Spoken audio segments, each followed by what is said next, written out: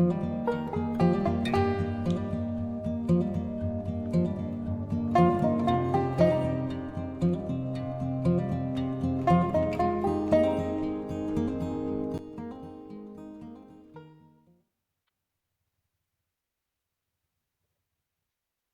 Stavis is a modern day, non denominational exorcist living in Los Angeles, California. She has her work cut out for her there, with LA being a hotspot for evil energy and activities. In her book, Sister of Darkness, she describes the hierarchy of demonic attachments that plague each and every one of us human beings. Stavis is an important and unique figure because, like a medium, she sees and knows things that most people cannot see or know, because those things are spiritual. Unlike a medium, Stavis does not really converse with these entities. She also does not converse with spirits who used to be in human form. For the most part, her work is strictly confined to what we would loosely call demons. She sees them and she knows their intentions, but she does not communicate with them. Stavis offers a lot of nuance on the topic of defining what a demon is, breaking these entities down into various categories and describing their appearances and effects. Importantly, Stavis claims that every single one of us has been or will be the victim of an attachment by at least one of these spiritual parasites at some point in our lives. She clarifies that these beings are not what most of us picture when we think of demons, and as far as she is aware, there is not just one entity ruling over all the others who is called Satan or Lucifer. These things usually do not have horns or goat's feet, and some of them actually look quite silly or nondescript. However, a few of them do terrify her. Davis highlights how there is a veritable ecosystem of diverse entities all around us. They do not just take one form. Each parasite attaches to its host for a different reason. All parasites seek only to feed, and they feed on negativity. Davis makes sure to differentiate between attachment and possession. Most people have an attachment. A possession is an altogether next level type of attachment, which is completely taken over and is much more rare. Most or all will modify the behavior of the human host, but the severity depends on the type of entity that is attacked. Some entities attach to just one person, while others can influence an entire town. Davis does not cover all the entities she has ever seen, just the most common or the most severe. The types of entities she describes are as such. Clive, a small parasitic entity that attaches when trauma occurs. The size of a Clive can range from being very tiny, like a bug, to the size of a small breed dog. Their appearance can be various, sometimes even described by Stavis as kind of cute, but mostly they are ugly. Clives amplify the negative feelings already present in you, so they may feed off the continuous negative energy that you produce. So, if they attach when you're a little sad, you will become really depressed. If they attach when you're a little angry, you will become enraged. Clives are unintelligent. They're more like parasitic robots. They have a job, and it is simple. They won't kill you, they need you alive, but suffering just enough to feed them. Wraith. These are more human like in their appearance, but they are very gaunt, skeletal, and spooky looking with hollowed out eyes. These entities attach to someone with sexual trauma specifically, and they encourage the host to engage in sexual promiscuity or sexual activities that can be very risky. Wraiths use technology as a portal, so online adult material is their favorite invention. Wraiths may be related to incubi or succubi, or they just may be interchangeable with them. These entities are also known by some as the hag or the old hag, an entity that will appear to someone suffering from sleep paralysis.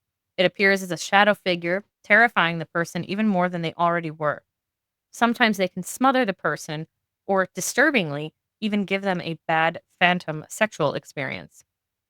Uniquely, wraiths can attach to someone in the womb or at birth for no other reason than that their family already had that wraith embedded in it. So, continuation of sexual trauma within a family is helped along by these creatures.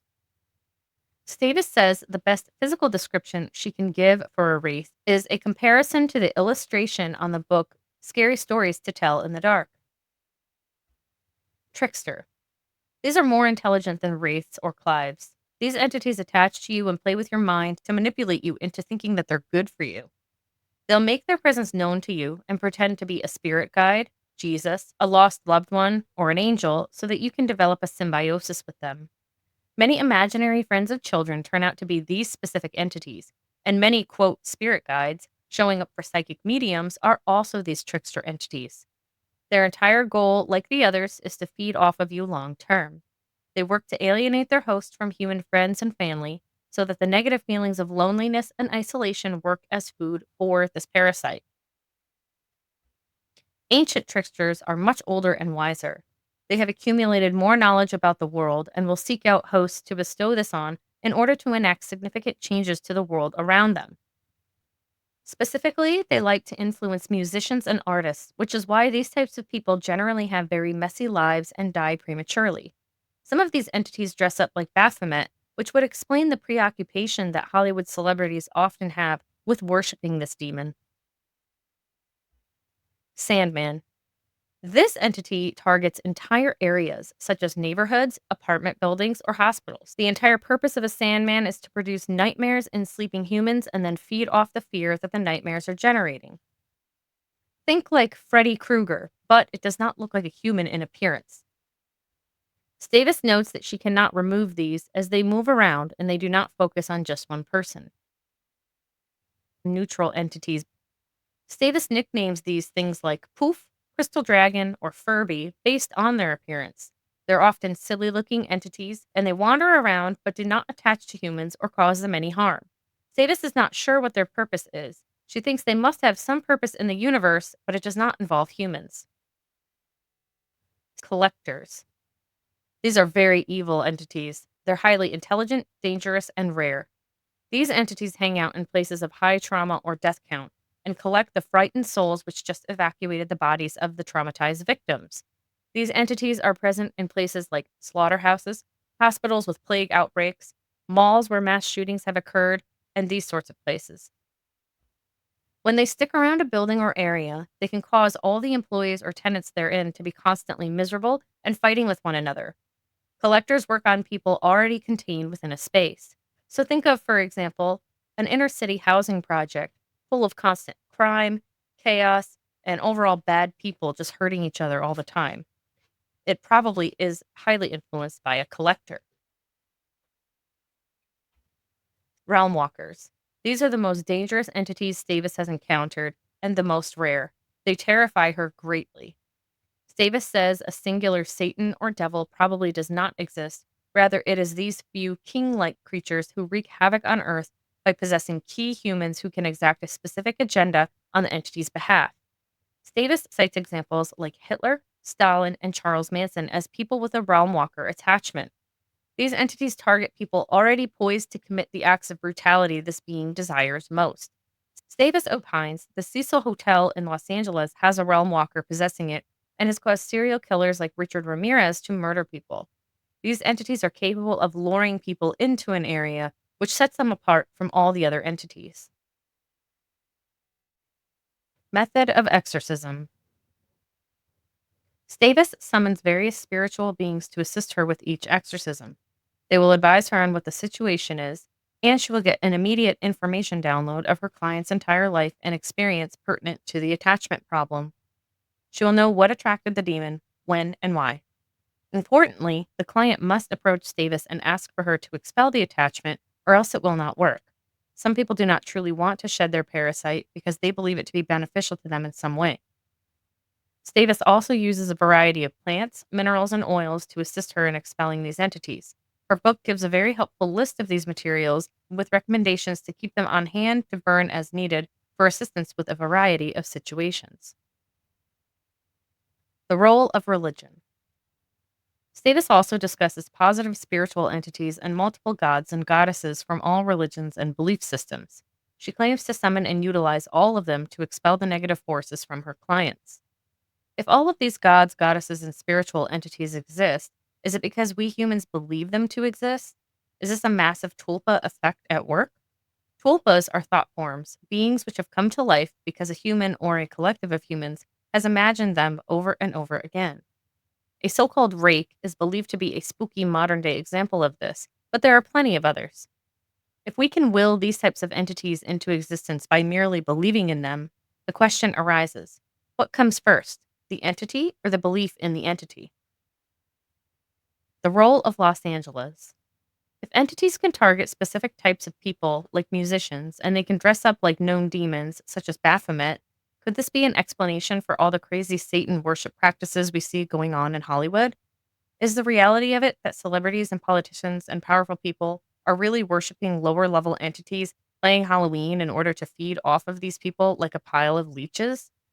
Rachel Stavis indicates that many of the people summoning and responding to Baphomet are actually summoning and responding to a trickster entity.